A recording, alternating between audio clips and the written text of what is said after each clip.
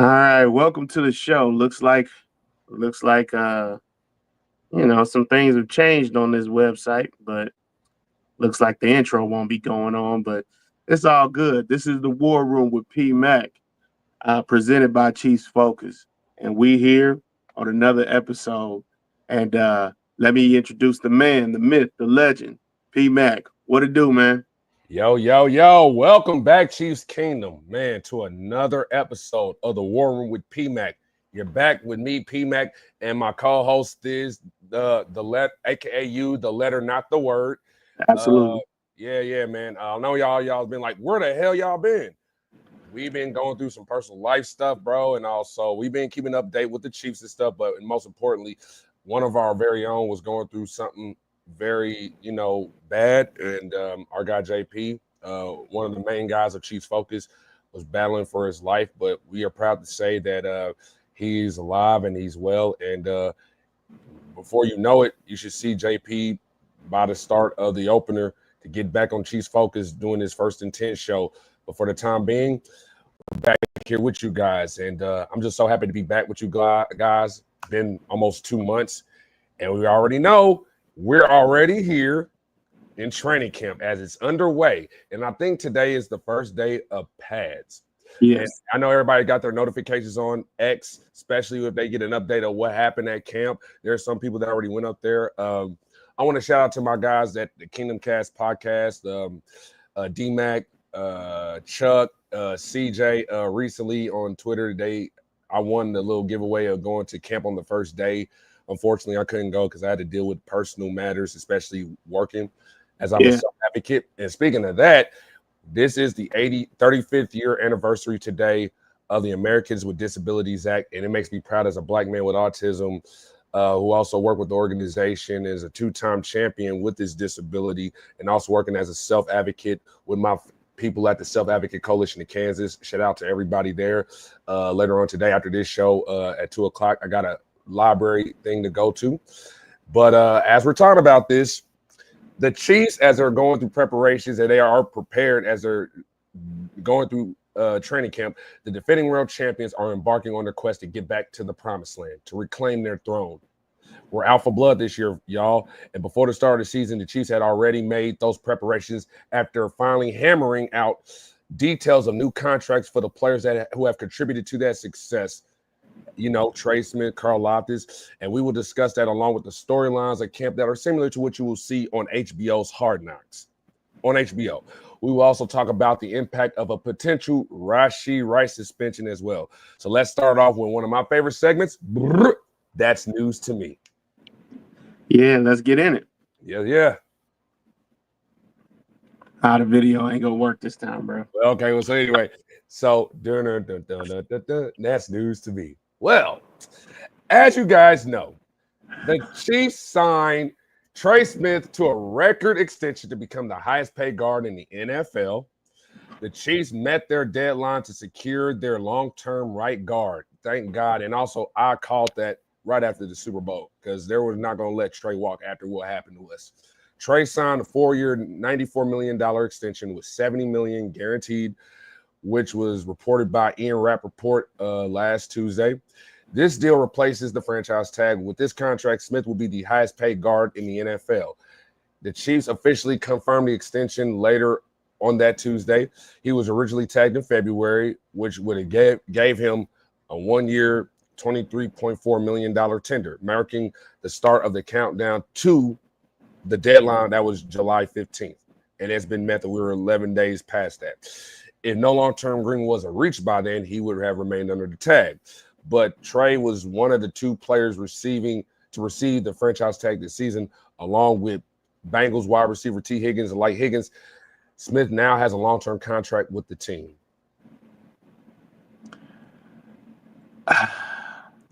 This had to get done, and the reason it had to get done was for obvious reasons. You didn't go get a guard in the draft. You didn't go get a left guard or a right guard for that matter. So with that being said, you were under you had to get it done, especially for cap purposes, because Trey's cap number had a big hit on it. Had a big hit on the cap. Mm-hmm. Therefore, And also, you just got embarrassed in the Super Bowl again for the second time. For the second time in 5 years. Man. So going to get a rookie guard was never, and going to get a rookie right guard was never in the play. It was never going to happen. And so having Trey play on the franchise tag would have been fine, but it wouldn't have been ideal. So they got it done. They gave him. I think they both kind of met halfway, based on what I heard. Yeah. They didn't meet Trey's ultimate number, but they met where at a number that he could get jiggy with, obviously. So with Tooney gone and left tackle being an issue, Suamataia wasn't a. They don't trust him as a tackle anymore. Mm. The whole left side is a problem. So it was necessary to get this deal done, and they got it done. Mm-hmm. Absolutely, bro. And that's the thing. Trey is the best at what he does, man. Like, that's the point where you gotta look at it. He's a freak of nature, a road grader, big physical specimen on the gridiron. He really moves well, serving pancakes, as you saw, especially what you saw in 2022 when Jared McKinnon scored a touchdown against the Broncos. He does a great job of creating space in the run game. And I'm telling you, because I played all those positions on the offensive line back in high school 200 extra pounds ago. And which could elevate him now to become the best and solidify that, especially with his improved ability in pass protection, especially when you got to protect the best quarterback on the planet. And according to Pro Football Focus, while he allowed more than 30 pressures in each season, only 15 were quarterback hits. Generally, Smith is as solid as they come. Availability has been a green tick for him since he was drafted in 2021, and he has missed only just one game in 3 seasons, playing about 3,319 snaps in that time. A true starlet, man, and that's why I'm excited about keeping Trey. And it was important; he cannot go. Yeah, I didn't think he was ever going to go, but it was touch and go for a second there because it got down to the last 2 days, and then one day, and then next thing I knew he was signed. So it was good. Right. So then we have another guy, and I told you. I remember when we had our article set, I said 2 players, defensive players, that if they were serious about building a franchise to build around certain players, I listed 2 players, Trent McDuffie and George Karlaftis. And when you put in the hard work, you get paid for your hard work. The Chiefs have locked one of their young stars in Trey Smith. Then they have locked up one of their young defensive stars for the next few seasons. The Chiefs and defensive end George Karlaftis agreed to a 4-year, $93 million extension with $62 million guaranteed, as Ian Rappaport reported that. So his deal averages at $22 million per year, which I kind of said that's the type of money he would want. He don't want no Max Crosby $35 million a year money. Karlaftis, coming out of Purdue in the first round in 2022, has developed into an impactful piece in Spags' defense alongside Chris Jones. The Chiefs have now seen how lethal the pairing of Karlaftis and Jones could be, especially if you add Charles Omenihu. And then, so I'm happy about bringing him back. And, you know, since joining the Chiefs, he has about 24 and a half sacks, 24 tackles for losses, and 49 regular season games. He contributed 4 sacks and 4 tackles for a loss and 8 hits during the Chiefs Super Bowl runs, 2022 and 2023. And he ranked 13th out of 211 edge rushers with the most pressures, according to Pro Football Focus. And I have seen that in that ranking there. So you got this 2022 draft class, you know, guys that Brett Veach and Andy Reid brought in, like McDuffie, who became an all-pro. Brian Cook who is on his way, who showed some Earl Thomas ability. Then there's also Isaiah Pacheco. The question is, will he get back to being the Pacheco from 2022 and 23 before his injury last year? With McDuffie's 5th-year option exercise, he is now poised for a contract extension following the deals of Karlaftis and Smith. And with the training camp already underway, Karlaftis can prepare for 2025 knowing he's financially secure at Arrowhead. They retained their future top free agent, leaving McDuffie's eventual extension as the most significant matter on the team's to-do list next. Your thoughts? I'm surprised they were able to get Karlaftis done this early. Mm-hmm. I knew Karlaftis was going to be the easier of the two to get done, and the only reason I thought that because I thought they were going to push it a year. I thought they were going to push it a year and talk about it next in the middle and sometime next offseason. Right. Because they're still under contract because they both Karlaftis and McDuffie had signed their 5th-year option because they were both first-round picks. For those that don't remember, they were both first-round picks, so they both had a 5th-year option. Mm-hmm. So I thought the 5th-year option was going to be a means to which we don't have to worry about talking about this now. We'll talk about it later, especially after the Trey Smith signing. Let's see how everything flows out and everything like that. But this was a number. 4 years, 93 million with 62 million guaranteed. Mm-hmm. That's a number that you could work with this year. Like that's a number you cool with, as opposed to a Max Crosby type of what's the guy up in Pitt? I mean in the Bengals. Oh, Trey Hendrickson. Trey Hendrickson, the type of money Trey Hendrickson is wanting, see, is different. And I ain't gonna lie to you. While I don't think Karlaftis is dynamic, like I don't think he is.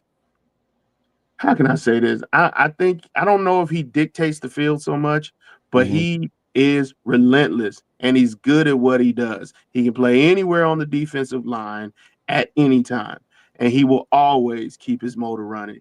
But that kind of guy, I thought he would bet on himself this season, get 12, 13 sacks, and then come back to the table. But George wants to sit. George seems like he's willing to stick around.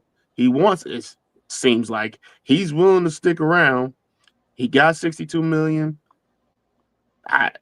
Nobody's gonna ever hate on you for getting the bag. Not on this side of the field. Like for me, I'm not gonna hate on you for getting the bag. But Exactly. he was cool with what they offered him, and those are big time numbers. 62 million is nothing to sneeze at. So shout out to George Karlaftis, and I look forward to seeing what he does with a Minihue again, Chris Jones, and our new Tillery, and so forth and so on. Absolutely, man. And that's why we hope McDuffie gets that bag soon because It's happening. It's gonna happen. Well, here's the thing. Here's the thing about McDuffie. There's no other corners that's gonna get paid. So at this point, we're either looking at this point, they're waiting on next year to make sure he gets the maximum that they're gonna give him, because they're definitely gonna give him more than they gave Karlaftis. He's gonna get, unless he's willing to take less, which I doubt. Mm-hmm. I don't think he will, but he's gonna get more than what Sauce Gardner got. Yeah. And Sauce just got paid. What's his face from the Houston Texans just got paid. Derek Stingley. So that's the benchmark right there. So whatever he gets paid is going to be comparable to that. Now the question is whether he'll get paid more, or will he take a more team-friendly deal, or will the team-friendly part aspect of it, will it involve structuring? Will the structuring be more team-friendly as opposed to the number, the number for the amount? So as we move on, this is the last part of the news cycle here, and as we all know, Rashee Rice is about to face a multiple game suspension. The question is, how many games will he miss? Coach Reed said he is uncertain when the NFL will decide the punishment for Rice, who pled guilty last week to a collision involving serious bodily injury and racing on a highway causing serious physical injury that happened last year. But Rice is a current full participant at camp. Reed said despite the third-degree felonies that resulted in 5 years of probation and resulted in 30 days in jail, Rice is healthy after rehabbing a knee injury that ended his season in week 4 last season. He caught 24 passes, 288 yards and 2 touchdowns. Some people saw that he was on track to racking up 130 plus receptions, almost 1,600 yards receiving, and about 10 plus touchdowns. Booney got hurt. Although his comeback has been mirrored with that jail sentence, and he's been sentenced to those 30 days for his part in the speeding incident in that Dallas highway. He's drawn praise from Mahomes during his May practice session, was a full participant in early OTAs in June. Andy Reid said the team plans to progress as normal, like they have always done over the last year since Andy Reid took over. And while Rice has not yet been disciplined by the league for his role,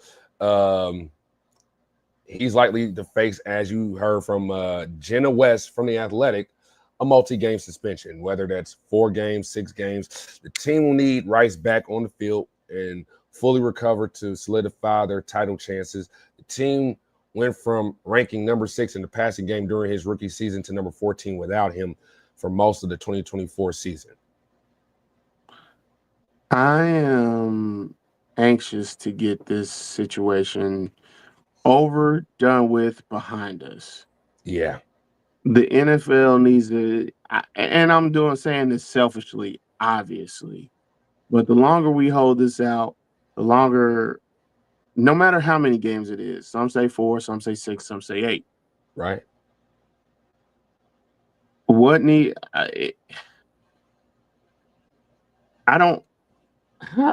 just don't know. I want him to be here. Rice is a key contributor. As Kelsey gets 1 year older, he's lost a lot of weight, which means that he should be, back to a situation where he should look pretty dang good.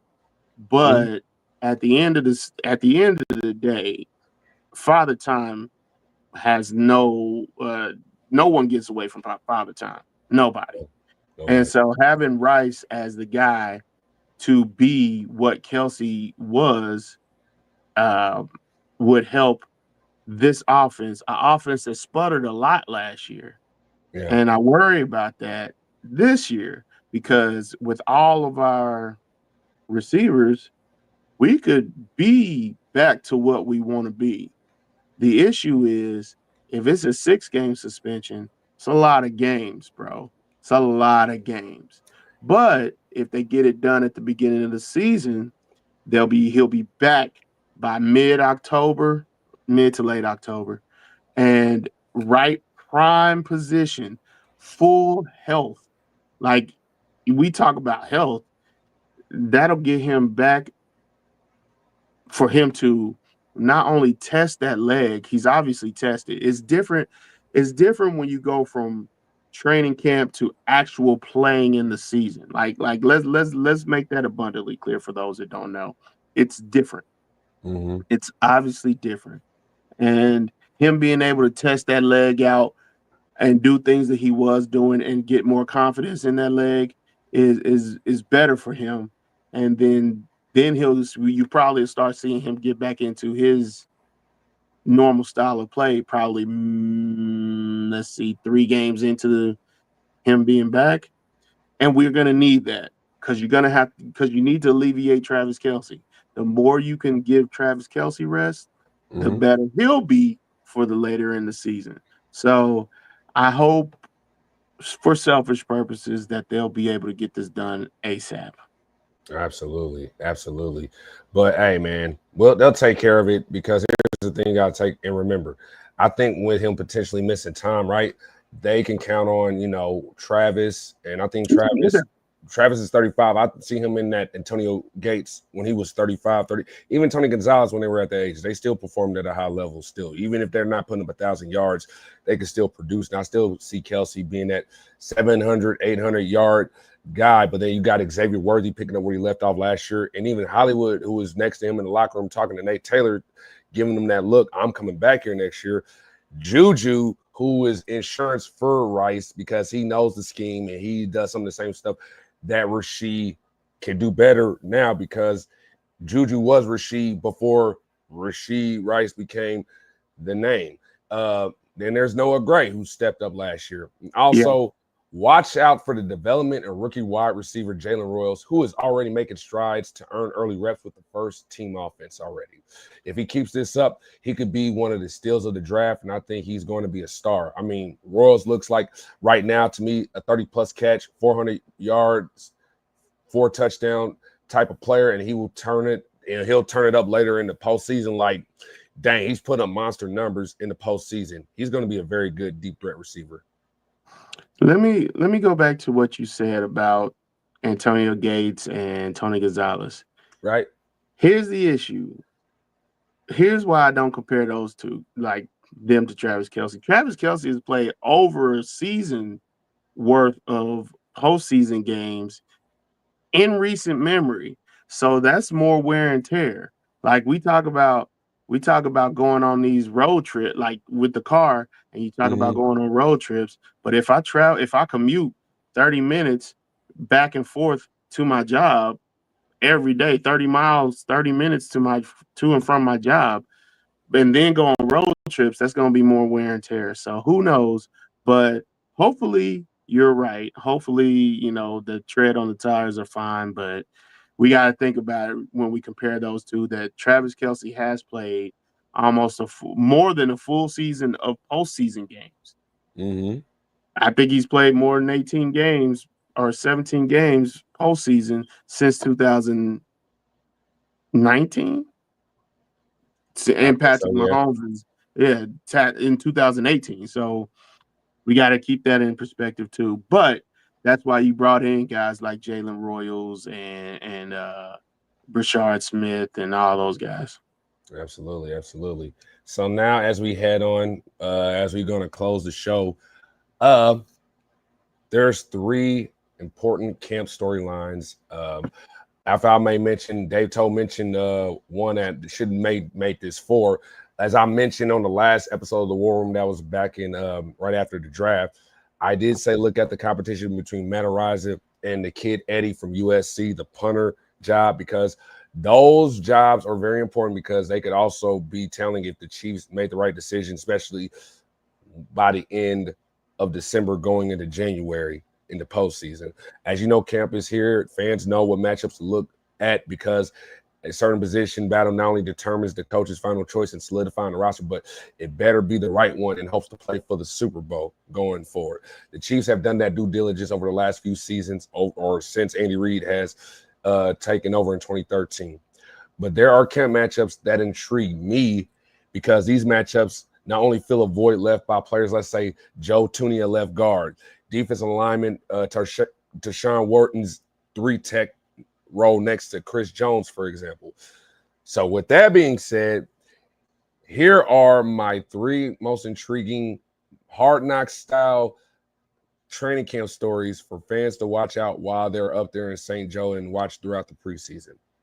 Number one everybody knows, the left guard spot between Kingsley Suamataia, Mike Caliendo, and potentially Hunter Norzad, who is the team's backup center behind Creed Humphrey. As we all know, the offensive line position significantly impact the team, but the left guard position is often undervalued.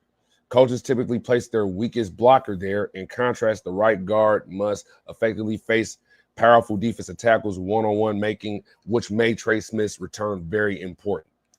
Remember the name Brian Waters, a 2-time All-Pro, 5-time Pro Bowler, who was pivotal for the Chiefs as a starting left guard. Now you have Caliendo, you got Norzad. While Norzad excels in pass protection, he needs to improve his run blocking. I like him as a strong candidate because he played the position full-time in 2022 at Penn State. The Chiefs used the 2nd-round pick on Kingsley Suamataia last year. Although he struggled while starting at left tackle as rookie, he has the physical tools to be a quality NFL starting lineman. That is why he is the natural first choice by both the coaches and fans to fill the now vacant starting left guard spot. Now the Chiefs and their fans have to hope that Sua Mataia quickly shows he is worth that job.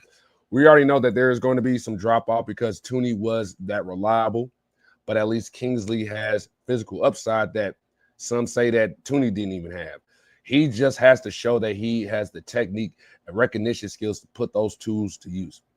The worst possible outcome for the Chiefs over the coming weeks is the revolving door at left guard with the first team throughout training camp. So we just hope that the Chiefs might not have to make a move for it right after. They might look at it as a, roster thing when they make their cuts and see if players are going to release one of their best players at that position, but we'll never know. What's your thoughts?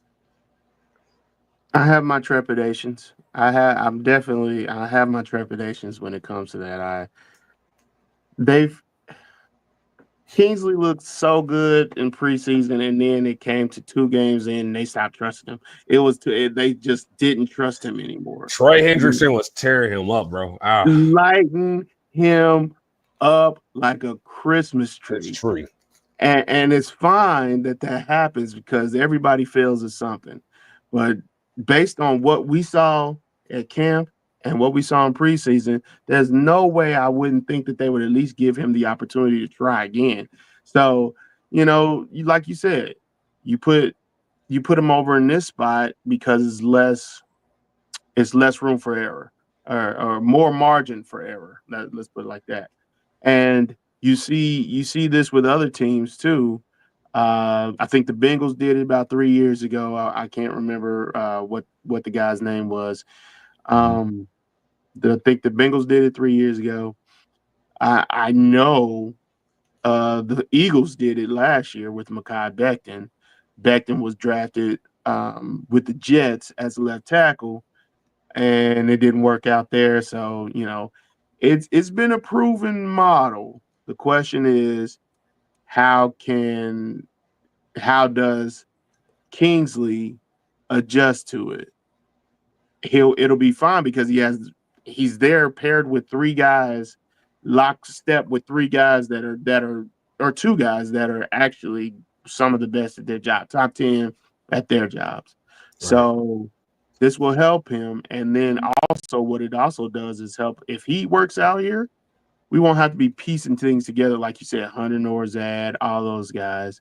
Hopefully he can be a mainstay here, and then you can keep your offensive line as cohesive as you can, because next year you're definitely going to get a right tackle. Next season you're definitely going to get a right tackle, whether it be in the whether it be in the free agency or whether it be in the draft. I'm praying it'll be through the draft, just because that means you have now at that point you'll have 4 guys under 30, four guys for long-term deals, because Kingsley this is his second year. Josh Simmons, as much as I said Josh Simmons or nothing. I said listen. I've come around. He looks, my God, he looks great. So they gotta be kicking themselves like, how do we let him slip to number 32 to the Chiefs? I'm like, listen, we're just good. So Josh Simmons is gonna be there. He's a rookie. This is his first year. Like, if that works out, he's got 4, probably 5 under a decent contract. We've already got Creed locked up. You already got Trey locked up. That's both for 4 years. And so you find another young guy for that right side next season. And then, because he's already injured right now, right? Your right tackle. Yeah, Jawan Taylor. Jawan's already. Jawan's already filling that spot. I'm like, I like this. Yes. So listen, man. Who's the guy that's filling his spot? Jalen Moore, who came from the 49ers. Right. So if Jalen works out, you might have a whole new line here, which is, to me, something noteworthy, because you got your receivers back who know Pat Mahomes. All right, all of them are rookies. You know Pat Mahomes.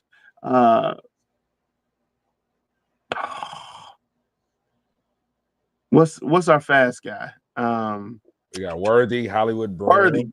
Worthy's in another year, which means he'll be able to effectively utilize his speed more than he did last season. Like, look, it's gonna be different. And my worry this beginning of the season was that there's too many of the same pieces there, and you kind of got to mix it up because I think that's what got us in Super Bowl 50 or 50, whatever it was, with the Bucks.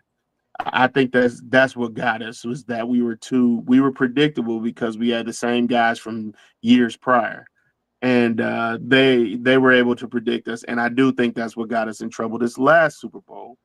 They were able to stop us before we were even able to get started. So when you got all your pieces at one time, you'll be able to mix and match a little bit better. Yeah.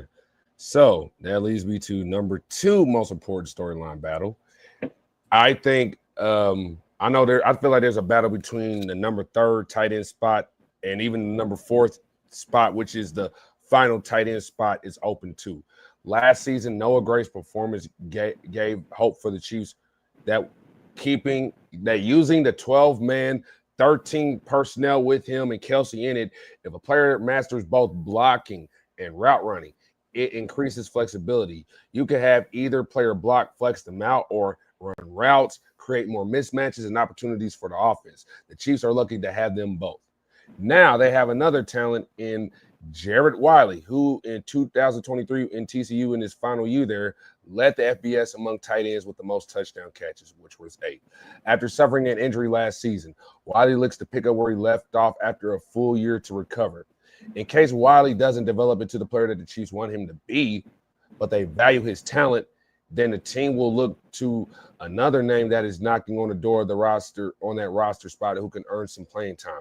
Of course, there's Robert Tonyan, who was Aaron Rodgers' top tight end in Green Bay, but he, to me, hasn't been the same since then. But it's about because we're in a league called What Have You Done For Me Lately, just like the old Janet Jackson song. By the way, that's still my childhood crush to this day. So anyway, another story for another day.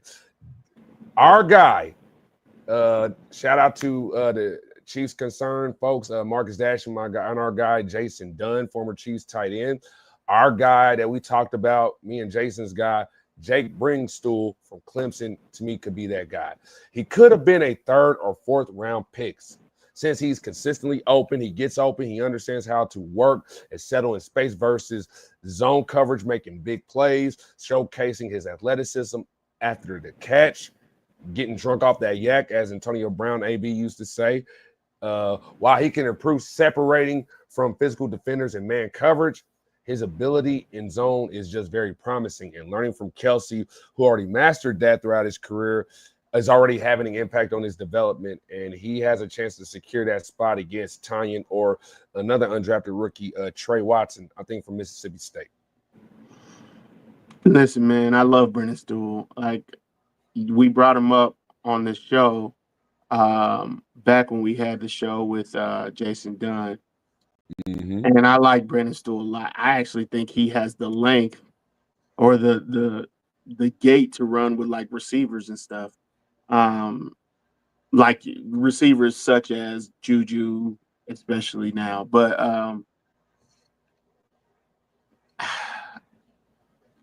I don't know how Wiley will be, but that's a camp battle for sure. Because like you said, Noah Gray proved himself last season. The dude stepped up. Like when they gave him that extension, I'm like, why would you give him all this money? Because he wasn't really part of the offense last year.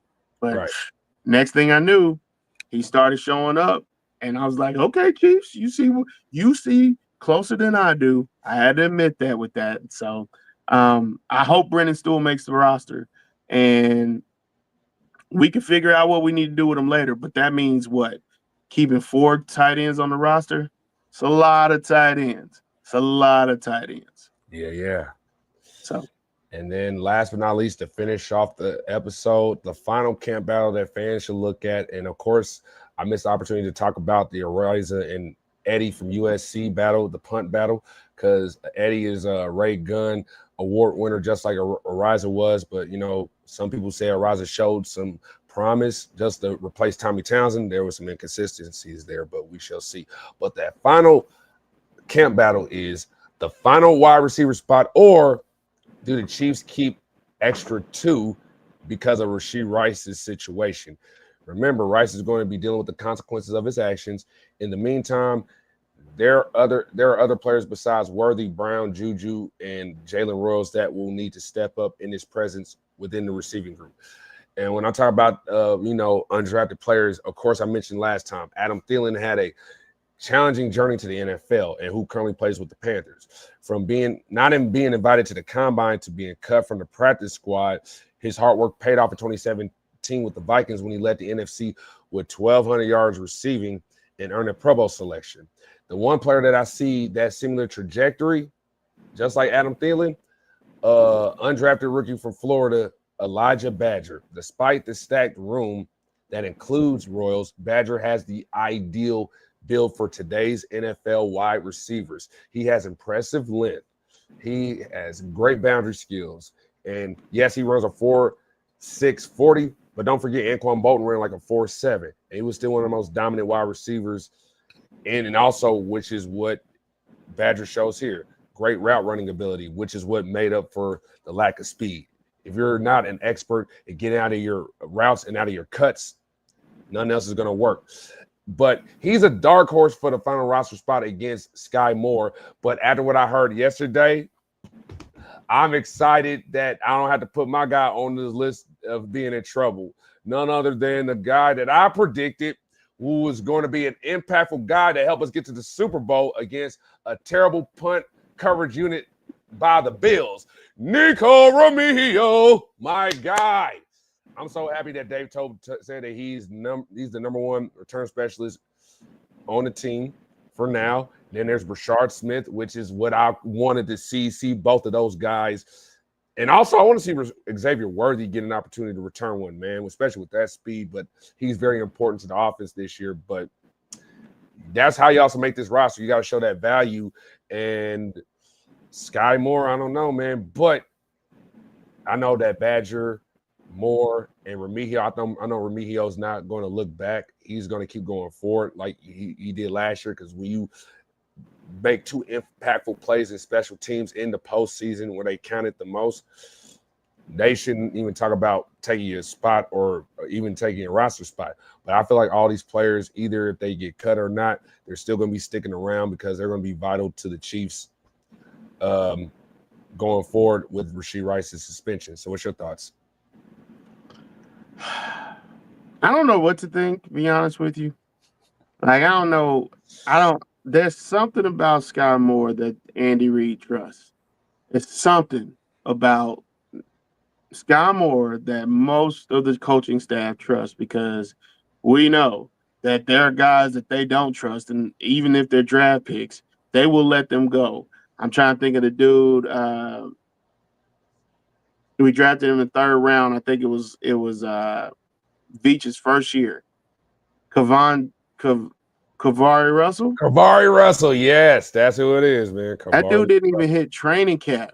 Before we got rid of him. Right. Like, and so it means something that Sky Moore is still on the roster. Mm-hmm. So there is some trust there. Whatever that means, I'm okay with it. But I do think that we do need to inject, and that's what having Rashee back will do. But you got to bring some something to keep everybody guessing, and having a new talent there would be something to keep guessing. But Remigio has been doing his thing. He was really good last season, so I'm glad. I'm actually happy to hear that he he's the number one guy right now in Tobe's eyes. So that's my thoughts on that. That's good. Well, everybody, I just wanted to say that that's all for today. That's all we got for you guys today. We'll be looking more into training camp and what's going on, and anything new with the Chiefs going on. and we will try to get back with everybody at least next week. Probably aim for next Friday or next Saturday, same time. Just want to get back out there. And speaking of that, the Hall of Fame game is next week, isn't it? Yes, sir. All right, football is back, people. That's why we're here to do this and get back to it, man. I'm thankful to be joined by my my co-host and my producer, Thiz, that man right there. The letter, not the word. So, anyway, and I'm yours truly, Philip P. Mac Magruder, and also once again, happy 35th year anniversary of the Americans with Disabilities Act signed by George Bush. Let me read this off real quick so everybody can understand why this is important, because George H.W. Bush, he signed this into law in 1990, and it was to ensure all individuals with disabilities like myself. I was diagnosed with Asperger's syndrome, which is a form of autism. Let's just say I have autism. I was diagnosed with autism, and folks like myself or anybody that has cerebral palsy, just like our one of our guests, Brad Linekamp, who was also my mentor in this disability rights community, who also gave the keys on how the Chiefs could stop the Falcons, shut down Bijan Robinson. Speaking of that, Brad was there in that office that day when H.W. Bush signed that into law. And here we are 35 years later, because if he never did that, me and Brad wouldn't be here to use our voices, especially even for him to say stop Bijan, or me having the war room with PMAC if that wasn't signed. So that's why I'm thankful to celebrate today, and also to celebrate with myself, advocate of Coalition Family, and also the people at the University of Kansas Center on the Center on Disabilities, excuse me. But everything's with our life is being threatened, and I'm not into getting into politics, but we got to stand up for what we believe in, guys, just like the Chiefs coming together as a team, putting aside their differences and said, let's get this done. I feel like we should adopt that same idea, y'all. It's time for us to use our voices, and also for those who don't understand what struggles we go through out there, especially different individuals with disabilities, whether they also have Down syndrome, like my dear friend Lisa Barkis. Lisa, who I was proud to stand up with in Topeka to the KDHE to say we're not creating any loopholes that's going to affect kids that look just like us in the education system. And rest in peace, Hal Schultz, who is one of the founding faces of this Men of SAC, who also stood up and stood by what he believed in, who was also married and connected with Lisa. And I hope she's not mad at me saying this, but we honor you, good sir, on this day.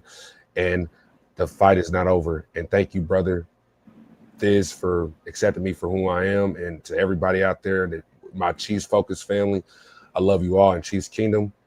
Let me just say it right here. We're out for blood. We're coming after you, Eagles. Absolutely. So anyway, you guys, we'll try to see you guys next week. And until next time. All right. Deuces. Deuces.